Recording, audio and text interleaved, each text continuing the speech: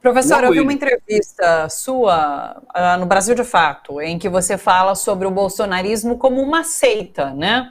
E essa Isso. seita foi derrocada, ela acabou agora em 2022 com a eleição do presidente Lula. O que aconteceu com essa seita e com o bolsonarismo na sua avaliação? Vamos lá então, ótimo. Então, vamos lá. A hipótese que eu desenvolvo no livro, e por isso eu o escrevi, é que o bolsonarismo passou por duas transformações profundas. E se eu estiver certo, nós precisamos abrir os olhos. Então vamos lá. O bolsonarismo chega ao poder como guerra cultural. Em 2019, se nós pensarmos nas estrelas do governo Bolsonaro, naqueles que apareciam o tempo todo na televisão, Abraham Weintraub e Damares Alves, sobretudo. Guerra cultural. Mas acontece um problema, Thalita. Também nos Estados Unidos houve o mesmo. A pandemia. A crise mundial de saúde. E nenhum de nós todos somos pessoas intelectualmente honestas, tanto que eu disse aqui que o Bolsonaro foi o maior fenômeno político da Nova República, na minha opinião. Ninguém culpará jamais o governo Bolsonaro ou o governo Trump pela pandemia.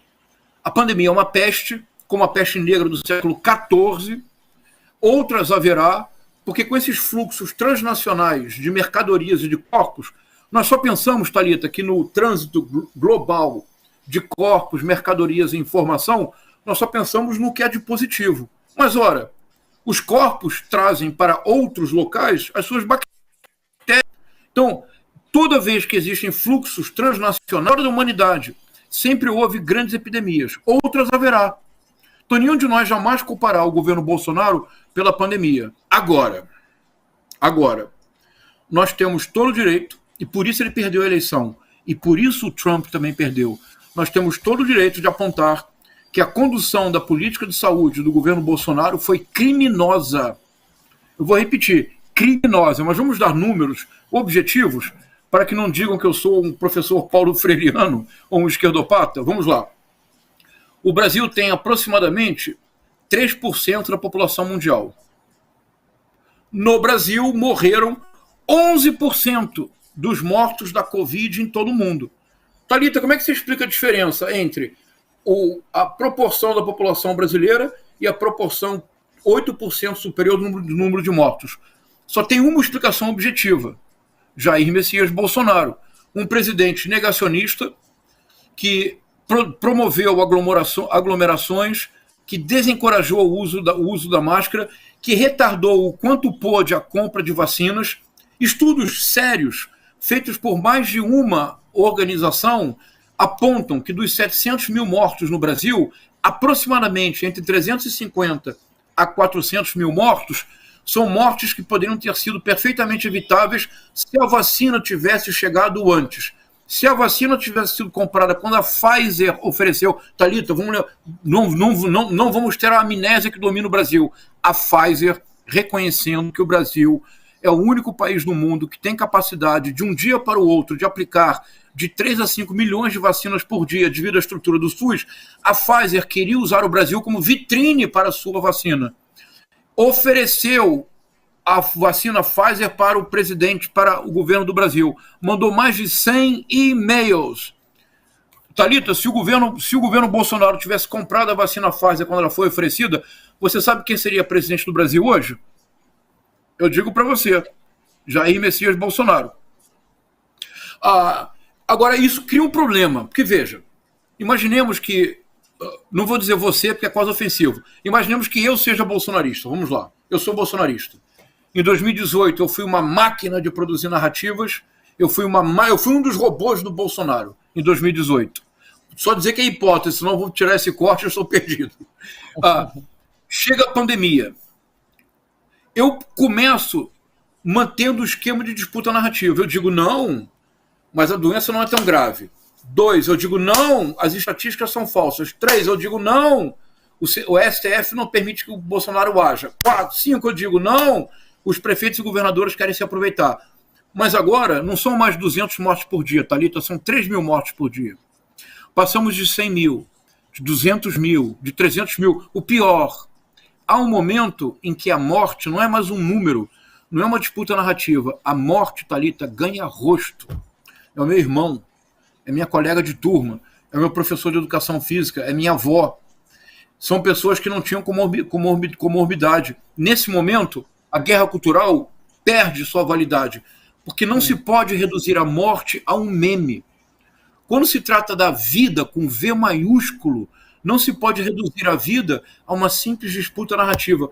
O bolsonarismo entra em crise. O Bolsonaro chega no seu pior patamar de popularidade, cai para 20% ou 19%. Thalita, muitos abandonaram o Bolsonaro. Os que não abandonaram, eu proponho, precisaram atravessar o Rubicão.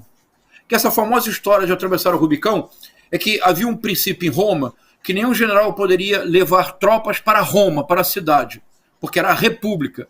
E se você leva tropas para a cidade, você está intimidando o Senado.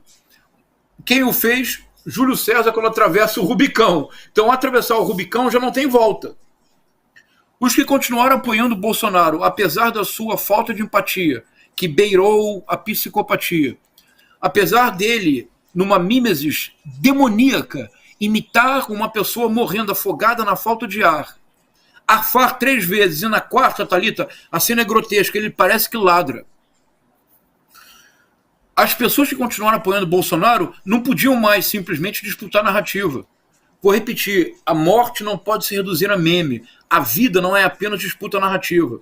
Neste momento, as pessoas precisaram, para continuar apoiando o Bolsonaro, adotar um comportamento característico de seita religiosa. O Bolsonaro, Thalita, deixou de ser um mito, passou a ser o ungido. E não é casual que tenha sido no auge da crise da pandemia e no auge da perda de popularidade do Bolsonaro que o apoio neopentecostal se tornou mais firme e quase fanático. Essa é a primeira transformação interna do bolsonarismo. A guerra cultural se transforma, e aqui é redundância deliberada. A guerra cultural deixa de ser disputa narrativa, ou a disputa narrativa não mais dá conta da complexidade de um presidente que beira a psicopatia, e a guerra cultural se transforma em forma de vida. Não basta mais disputar narrativa, é preciso tomar o kit cloroquina, no café da manhã, no almoço e no jantar. Não basta mais disputar narrativa, é preciso tomar doses cavalares de ivermectina. É preciso aglomerar de forma deliberada. É preciso mostrar com grande orgulho que se usa máscara de forma inadequada, no queixo, na testa, em qualquer lugar, menos nas vias respiratórias. É preciso, como uma o nome não direi para não dar cartaz, é preciso, como uma juíza que agora foi aposentada compulsoriamente, é preciso comprar um sorvete no shopping center, não tomá-lo apenas para não usar a máscara, mas é preciso, sobretudo, gravar e monetizar o negacionismo nas redes sociais.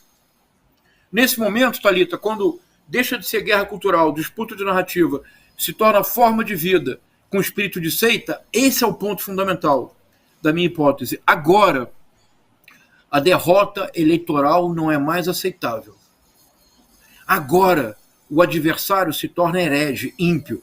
Porque quando eu estou na guerra cultural e eu disputo narrativa, a própria expressão disputa implica que há 2 adversários, pelo menos.